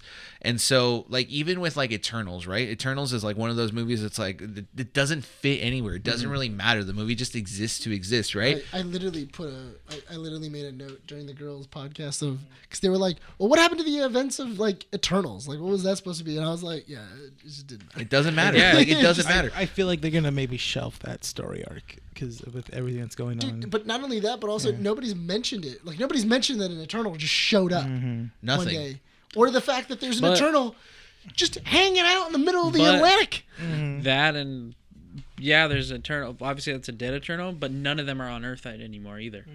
You know, so but again, you don't, and that's the problem is like, do we go ahead and justify the reason for not mentioning certain things, be it because people are just so used to these events happening in their lives? Like a celestial crashes it or is popping out of the earth, not crashes, it's popping out of the earth, and all of a sudden the next day one floats into space and takes people away from them, and that's it, right? Yeah. We're just going to ignore that? Because the same thing could be said about Doctor Strange as well, right? Where, you know, you're crossing different multiple universes and stuff. And I think we should go back to this point.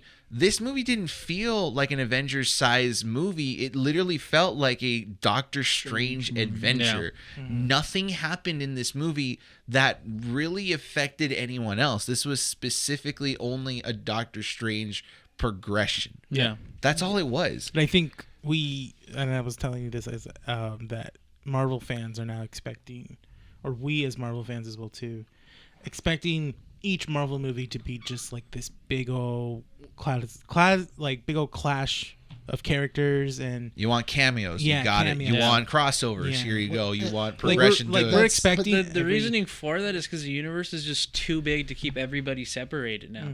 That's how it is, and especially like, okay, look at, for example, Doctor Strange. It took him 6 years to get a sequel, a film that's solely just about him, as opposed to Infinity War and Endgame. He is a main character, but he's not the main character. The main characters are the original Avengers going through their final battle. But not only that, but also his original sequel idea was dropped. That's because true.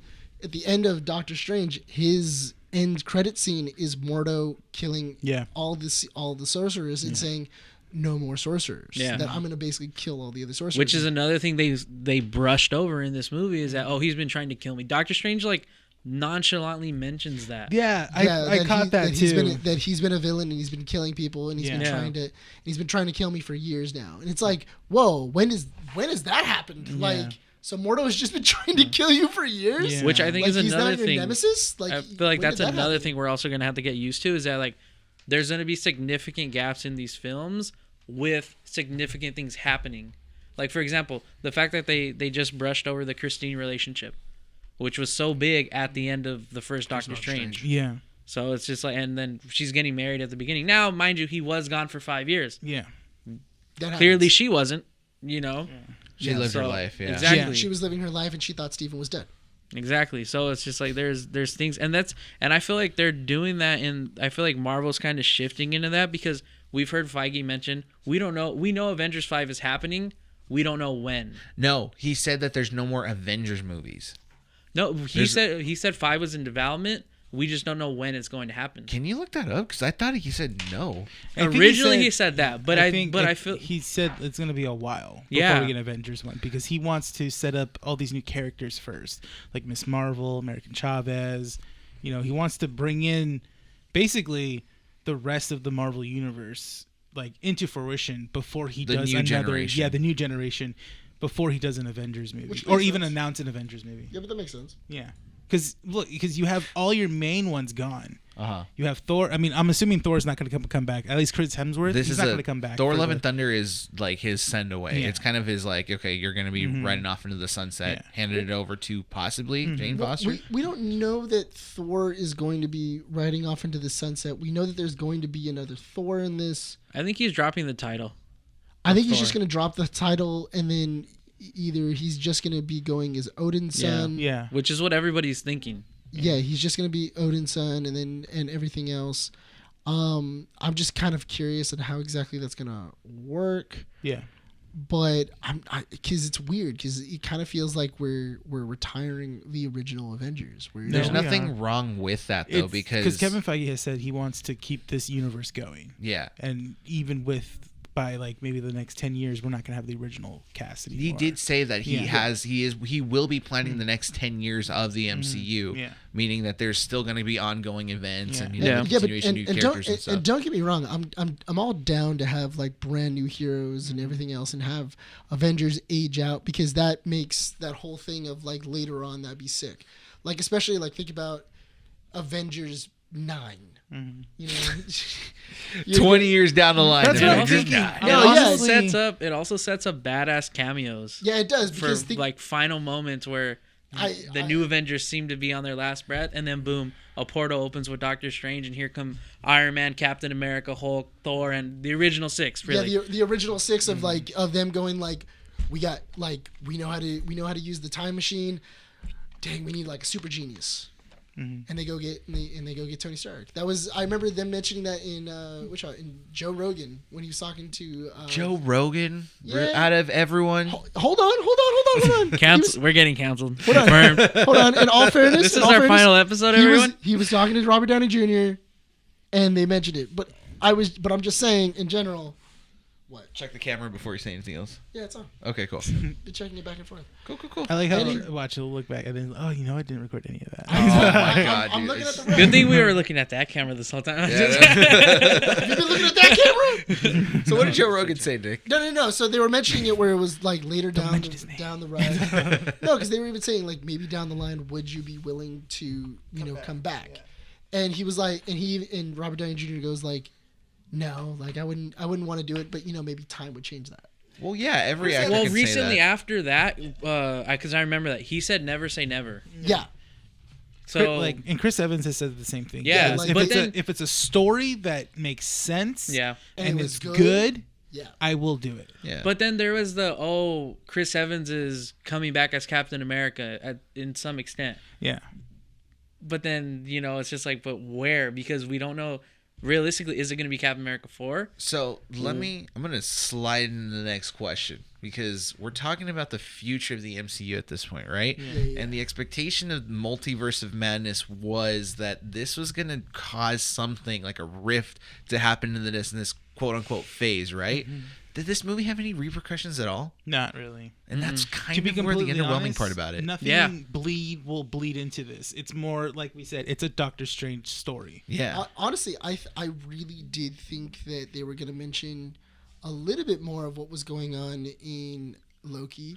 Yeah. I thought that was going to be a major thing of the multiverses are bleeding into each other and everything else, because that's kind of how it was set up. Yeah. It was set up because Loki really did kind of show that, along with the events of WandaVision. But none of this, and this is the strange thing, now that you mentioned Loki, they keep saying that Kang the Conqueror is the next big villain. It's been big-ish. Nothing. Yeah. There's not really been a mention besides Loki. Yeah. And to wait a whole year to reintroduce him in Ant-Man and the Wasp. Yeah. Is kind of crippling to the universe, because it takes us. Now, don't get me wrong. Yeah, sure, we saw Thanos in Avengers, and then he showed up for 5 minutes in Infinity War or Guardians of the Galaxy. It's hung on, but it's not but I feel like there's a sense of now you need characters introduced from the very beginning to take it serious. Yeah. And that's the hard part. It's a double-edged sword, what Marvel Studios is doing right now, because you are introducing a lot of these different series to a newer audience, and they could be, watching Loki, for example, and not have to watch anything else and be completely fine with that. They can enjoy Loki for what it is. Same thing, WandaVision. You want to watch WandaVision and that's it? Great. They're separate stories. They're separate stories. Moon Knight is a good example of that, right? But what ends up happening is this new generation of, MCU viewers, they're going to be watching these things and then go into Ant-Man and the Wasp, that new movie, be introduced to Kang the Conqueror and be like, wait, how does this connect to the series I just watched? I thought everything was interconnected. Yeah. We had it easier with phases 1 through 3. Yeah. Everything was streamlined, one timeline, all good. Now we have the issue of the multiverse of different series of different things. What connects where? How does this connect to that? All these different things. What's taking place on what Earth? Bingo. Yeah. And not even what Earth, what time. Yeah. Because Black Widow was one of those movies that happened before Endgame and then had an end credit scene that was after. Present day, yeah. Exactly. And then that is even introducing the Dark Avengers, supposedly, right? What's happening with that? We haven't even gotten news about Falcon and the Winter Soldier because supposedly, what's the agent's name again? The girl that was recruiting U.S. agent? Not her. U.S. agent. That's US. Oh. We don't even know what's going on with him because they haven't even confirmed his second season or if he's even going to continue wearing that. They're doing Captain America 4, but that's in development. Yeah. That's in pre-development. But then when that circled a week before, it was Chris Evans is back as Captain America. So it's like, okay, is Captain America for Anthony Mackie's Captain America, or is it going to be Chris Evans? And then Anthony Mackie came on and said, hey, I haven't heard anything from Disney. Same thing with Sebastian Stan, where he says ever since they finished Falcon Winter Soldier, he hasn't gotten a call. So now the question leads into... That's why Sebastian Stan's been free lately. Mm-hmm. Yeah, so... To do all these Hulu shows. Multiverse of Madness, no repercussions into the future. Is Marvel Studios in danger of having way too many assets and not knowing what to do with it? Yeah, I think so. I more feel as if when we keep moving forward and introducing these new characters and stuff like that, I feel like people are gonna lose touch a bit. Yeah, and I feel like because the multiverse was the last thing after the Infinity Stones and Endgame, the multiverse was the last thing that was like, oh well, we want to follow and see where that goes. And then Doctor Strange, and they kept saying like, yeah, it's gonna tie in with everything for Doctor Strange and Multiverse of Madness. It's gonna be a crazy movie. We're gonna do the multiverse, in that film.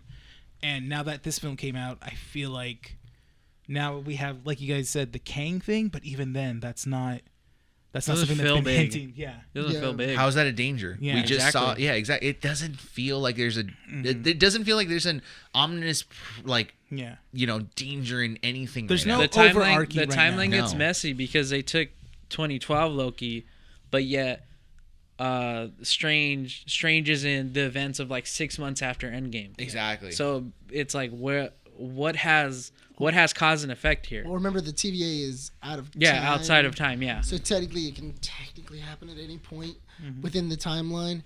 But the thing is that now we have this thing of, at the end of Loki, we see that timelines are going crazy. Kang has been, Kang is now taking over the TVA, everything like that. If you haven't seen Loki, I apologize that I spoiled it for you. It's been out for over a year. Like they should have watched it. Yeah, that's my Dude, can you catch up on stuff?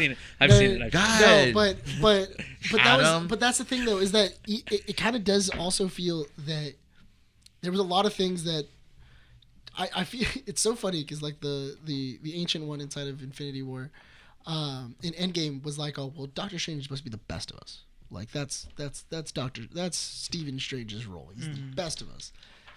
Homeboy did not do his homework. Like, because even Wong was like, no, yeah, that's a book. Like that's a real thing. Like it's inside of the, the cheat sheet of the Sorcerer I feel Supreme. like Wong was also saying things where he's like, oh well, that's something as the Sorcerer Supreme, which sure, it sounds like a joke, but that very might well be, because it's so easy to just throw that in there as a joke and play it off, and then later down the road, here it is. That's actually the case. Strange doesn't have access to that because he's not the Sorcerer Supreme. But he was Sorcerer Supreme for how long? Though? He was Sorcerer Supreme for years. Yeah, not in the MCU. Yes, he was. What? No, he was Sorcerer. No, he was always called the Master of the Mystic Arts. No, he was Sorcerer Supreme. They even said he is the Sorcerer Supreme. At the end of the first one, he was Sorcerer Supreme. He was Sorcerer Supreme by the end of the first movie. And that was after, timeline-wise, that was after Civil War. I could see it in Adam's eyes where he's like, I'm going to rewatch the movie. No, because he doesn't introduce himself to Thanos as the Sorcerer Supreme. He would have done that. I'm sorry, was he supposed to hand out a business card to Thanos and be like, I'm Stephen Strange, Sorcerer Supreme. I'm here to kick your ass. But no, because if he was Sorcerer Supreme, he would have made that known. Because his whole... see if they mention that in the... He goes, you just came face-to-face with the Master of the Mystic Arts. Issue 97 is the day you get fired. No, issue 97 is the day that I come on and prove I'm right. Can you not stutter when you're trying to insult us? Hey, you know what? I was trying to think of something to say. Well, you know what? I'm going to be honest. We should wrap this up pretty soon. It's 4:38. All right. Yeah. I got a question for you guys. Like an hour and 20 minutes. Oh, yeah, because I actually have paying work to do so. I got a question to, I guess, finish this off. Yeah, go ahead. Is there an oversaturation of comic book material right now? Because I'm going to be honest, I have a fatigue. I will say there is. I have, after watching No Way Home and then watching Batman and then going back to Doctor Strange in another Marvel movie, I do feel a little Marvel fatigue. I don't yet. On top of Moon Knight. That's another thing. I feel like I am kind of reaching that point where I'm like, I feel like I can take a break for a bit. Even when like Peacemaker, because from since December we've had No Way Home, Peacemaker, Batman, Morbius, Moon Knight, and now Doctor Strange. Because I am jonesing for more Star Wars. So It went from the ancient one to Doctor Strange to Wong. So Doctor Strange. Okay. I stand So we corrected. expect an apology written, sent over to our HR rep, please. We'll see. Because she says too, because he goes, "I'm here for Doctor Strange when they go back in time in Endgame," and then she goes, "You're 6 months too early." Doctor Strange is you're 2 years too early. Yeah, 2 years. Yeah, 2 years too early. So he doesn't become Sorcerer Supreme until 2014, and then he's from 2014 all the way until 2019. 2018 he is Sorcerer Supreme.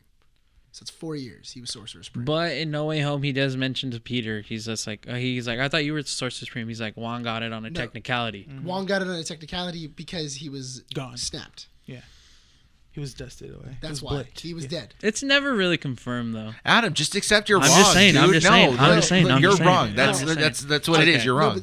But the thing is that the reason why he became Sorcerer Supreme is because Wong was the highest ranking sorcerer at the time.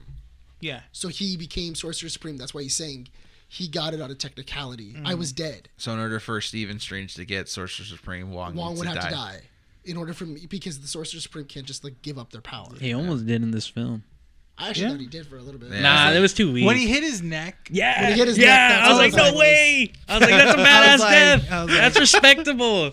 I was like, And then they went and threw him off the cliff. I was like, there's no way. There's no way. There's you no know way. what? I feel like Sam Raimi wanted to do it. He's like, Yeah. can I kill off Wong? Yeah. Actually, like, can we end on this note? I know you wanted to end on your question, but No, we you're good. completely forgot to talk about Sam Raimi as a director in this movie because I have to say, I really okay. He's as close to a horror film as he could have gotten. As he could have Yeah. gotten. Marvel horror film. Yeah, as an MCU movie, this is an okay movie. Like, it was good, but it wasn't the best. It wasn't like Dark Worlds tier, but it also wasn't something that was like, oh, this is a movie I got to rewatch again.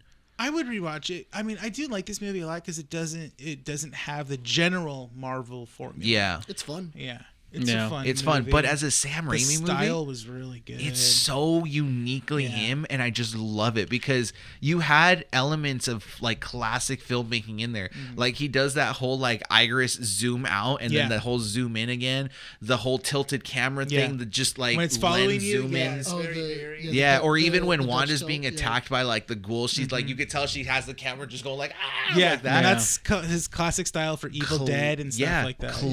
Classic styles of filmmaking. And I think that's why I don't have Marvel fatigue yet or like comic book fatigue, because to me, I'm seeing it from like a filmmaker's perspective of like, how can these people that work on these films or these, TV shows, how can they approach these comic book movies? Because you have, when you read comic books, you're reading writing styles and art styles of people that work behind it, the inking, everything like that, right? Here, you're kind of looking at how production is being pushed to make these things happen. What are the directors doing differently? How are they putting a stamp in their own movies? Like we talked about John Watts, right? And then Sam Raimi's Spider-Man, and like I said, John Watts is Spider-Man. Or seeing how Sam Raimi, went into this Doctor Strange movie and made it a very unique MCU movie that was unlike anything else. It literally felt different. It was a breath of fresh air. Moon Knight is like that as well. Does not connect to the MCU as much as it believes it to be. Yeah. But it's still an enjoyable little kind of like detour. I think Rene said it best. A Marvel fatigue. I got a Marvel fatigue for sure. I still haven't. I'm going to say I haven't. With No Way Home, I feel like I got my itch. And like... Well, it's a payoff for everyone that grew up on Spider-Man. Yeah. And it was cool. And like, obviously, like I was like, I'm going to watch Moon Knight. Or Moon Knight and Doctor Strange. Yeah. And I was excited for Doctor Strange. And then they were kind of like rushing over it's things. because, again, the last movie we did see was, you said, No Way Home. Yeah. And we finally got the one thing that we've been wanting for years, ever since seeing Spider-Verse, was we get to see a live action of that movie. Yes. We get to see Toby, Andrew, and Tom. Which we more or less know is going to happen again at some point. Exactly. Yeah. Nick, you got any thoughts to wrap up this issue?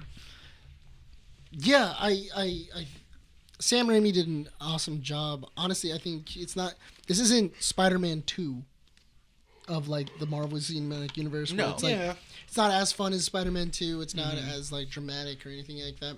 But it does have those elements to it. It shows like you were saying, it shows his directing caliber. It shows everything else. It shows also what you can get when you kind of leave a director alone. Yeah. Yes, when you just kind of go these are the things that you need to do, get it done. That's it. Yes and no, because they did switch a lot of things on him towards the end. Yeah, but here's the thing that I think Sam Raimi was already aiming for it.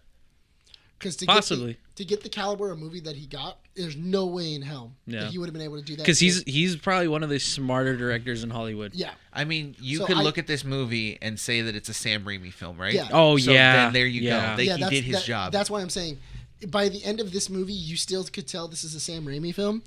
I feel like Sam Raimi, because I was telling you guys beforehand, where I feel that Sam Raimi put some stuff in the script knowing I'm going to have to cut most of this. Like, I'm going to have to cut scenes. I'm going to have to cut everything else. So I'm going to put stuff in there that I know I'll never get. Like, I'm never going to get them to approve it. But on the off chance that they do say yes, like, okay, I'm going to I blow up Black Bolt's brain with his own power. There, and just in case. I'm going to put it in there. Most likely they're going to tell me no, that like that's way too gruesome and I can't show that. But when they say yes, awesome. And you get to film like this. And I get to film it. But also I'm going to put scenes that are just out there, completely out there. So that way when they try to cut it down, that's a scene I didn't need. That's a scene that I can get rid of. It was extra. It was icing on the cake, or it was the sprinkles. It wasn't even the icing. It was just sprinkles on it.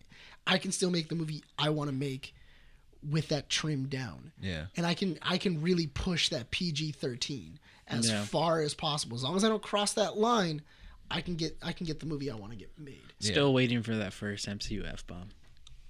They haven't dropped F-bombs yet? No, not once. Wow. Yeah.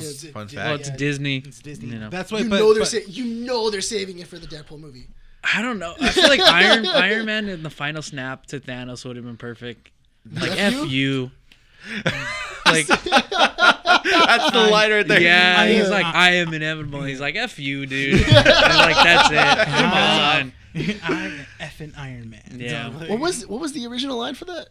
For Downey. He didn't want to say anything. He just wanted to snap his fingers. Originally, he didn't want to say anything. Yeah, and then. But the Russo brothers are like, no, you got to say like something. No, that wasn't. No, it was the sound guy. Was the sound guy? The sound guy. I thought the Russo brothers told him like, no, you got to say something. Yeah, so he had like 5 or 6 different things that he said, and then during the editing, one of the sound guys was like, "What about if he said I am Iron Man?" When they were doing the sound editing, and they were like, "That's genius," and they told it to Downey, and Downey was like, "All right, cool," and they re-put him back into the outfit, and they re-put the makeup on. That's why he looks a little bit different, just like a tad bit, but yeah, that's how they got that last I think scene. there's a cut where he does say the F word too. Well, it's F you. But I think it's a gag. Yeah, it's in the gag reel. I will say, because we talked about it in the minicast, issue 9, when it was you and Miguel talking about the Doctor Strange going to a rated R, or possibly. I do have a feeling that if they do release like an extended cut, that they will include deleted scenes that are a little more gruesome, because you can tell there were parts that were cut that would have probably made this film a lot creepier, because they were pushing it. I mean, we are going to wrap it up, but Scarlet Witch coming out of the gong in the Grudge style, like that was cool. Perfect. Yeah. Great sequence. Have they ever made an extended version of an MCU movie? No, but look at what they did with No Way Home. There's cuts though. That's the thing. There's cuts. We just haven't seen them. There's a 6-hour cut of Endgame. But that's what I'm saying though, is that they've never. They haven't released one, but they exist. I'm calling it right now. 25 years. Yeah, because it's in a Disney vault. It's a Disney vault. It's in the vault. Because they're doing the same thing. This is completely off topic, but they're doing the same thing with the Beatles had a documentary on there, and Disney kept like over still 100 hours of unseen footage. And Peter Jackson was like, "Hey, like write out to Disney because people need to see this. This doesn't need to be in the vault for another 50 years." That needs to be out there. You know, all right, so guys, I'm proposing a heist. We break into the Burbank studios at Disney, and we take the extended footage of Multiverse of Madness. Of everything. We take everything. Biggest heist ever. I like Disneyland. You guys can be up on the wall. I saw the stockade. That's fine. I don't want to be there. Well, we're gonna succeed, so you'll You've miss seen out on Face the Off, fun. right? Huh? You Face Off, right? Yeah, what do you mean? Come on. Use face-off technology Yeah. with Mickey. Ladies and gentlemen, we're going to wrap up this issue because we're tired and there was a lot to talk about. But check us out on our website, keepingupwiththenerds.com for all the up-to-date information. Follow our socials at Keeping Up With The Nerds on Instagram, Twitter, and Facebook. Our Real Addiction on Instagram and Twitter. Please follow us because if you guys have been keeping up with us, big news is coming.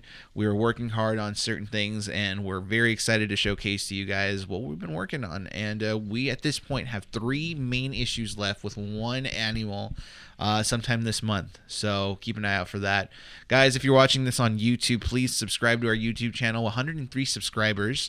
Hit that notification button to know when we're going to be popping up with new videos, new content, so you guys are always notified. And follow us on all audio platforms, Spotify, Apple Podcasts, Google Podcasts, and I said Spotify. Podbean. That's the other one. Rate us 5 stars. You guys like what you guys heard or saw here on Spotify and Apple Podcasts. Go check out Our Real Addiction as well. Adam and Miguel have their own podcast associated with us as well, where they talk about movies, film, and the production stuff that goes on behind the scenes. Stuff, yeah. So go check them out. Our Real, REEL, Addictions on all audio platforms such as Spotify, Apple Podcasts, Google Podcasts, and the other one. Jeez. There it is. Yeah. Good job. Boom. It's a brand new. It's a brand new. Thank you guys for joining us on this issue. Rene, please lead us out. All right. This has been Keeping Up With The Nerds, issue 97. My name is Rene. This is Bryan. And I was Adam. Recording at Undercity Comics in Whittier, California. We want to thank you all for listening and watching, and have a good day.